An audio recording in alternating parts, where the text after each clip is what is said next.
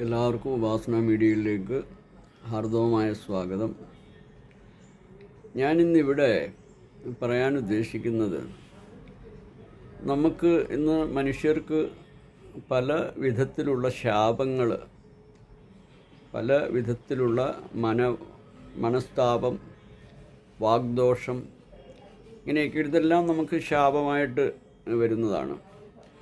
അപ്പം ആ ശാപം നമുക്ക് വന്നു ഭവിച്ചിട്ടുള്ള ശാപത്തിന് മോക്ഷത്തിന് വേണ്ടി മന്ത്രങ്ങൾ പറയുന്നുണ്ട്. അതിൽ ഒരു വിധി എന്ന് പറയുന്നത് ശാപോദ്ധാര വിധിയാണ്. അപ്പോൾ അതിന് മന്ത്രമുണ്ട്. ആ മന്ത്രമാണ് ഞാനിവിടെ ഉപദേശിക്കുന്നത്.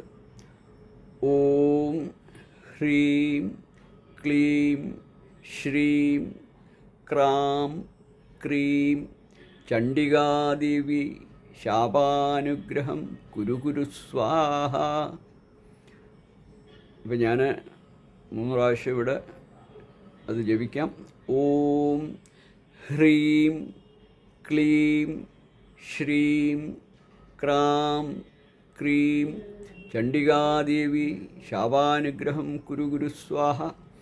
ഓം ഹ്രീം ക്ലീം ശ്രീം ക്രാം ക്രീം ചണ്ഡികാദേവി ശാപാനുഗ്രഹം കുരു സ്വാഹ. ഇത് 7 ഉരു ഏറ്റവും കുറഞ്ഞത് ജപിക്കണം.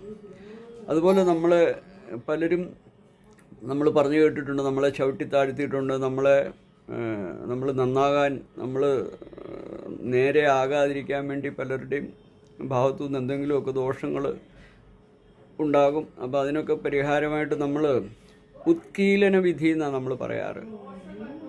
അപ്പം ആ മന്ത്രം ഞാനിവിടെ ഉപദേശിക്കാം. 21 ഉരു ജപിക്കണം.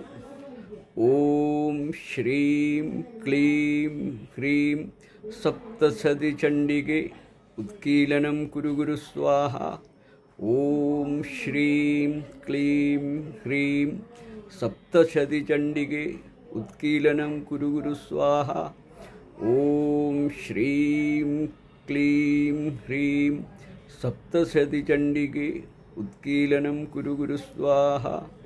ഇതെല്ലാവർക്കും ഉപകാരപ്രദമാകട്ടെ എന്ന് ആശംസിച്ചുകൊണ്ട് അടുത്ത എപ്പിസോഡുകളിൽ വീണ്ടും കാണാം. ഇത് 2 മന്ത്രങ്ങളും എല്ലാവരും നിത്യം ജപിച്ചാൽ തീർച്ചയായിട്ടും നമുക്കൊരു ഉയർച്ചയുണ്ടാവും. നമുക്ക് വന്നു ഭവിച്ചിട്ടുള്ള, നമ്മൾ പറയും, മലയാളത്തിൽ പറയും, പൂട്ടിട്ട് താഴിട്ട് കൂട്ടുക എന്നൊക്കെ പറയും. അപ്പോൾ അതിൽ നിന്ന് നമുക്ക് മുക്തി വരാൻ വേണ്ടിയാണ്. ഹരി ഓം ഹരി.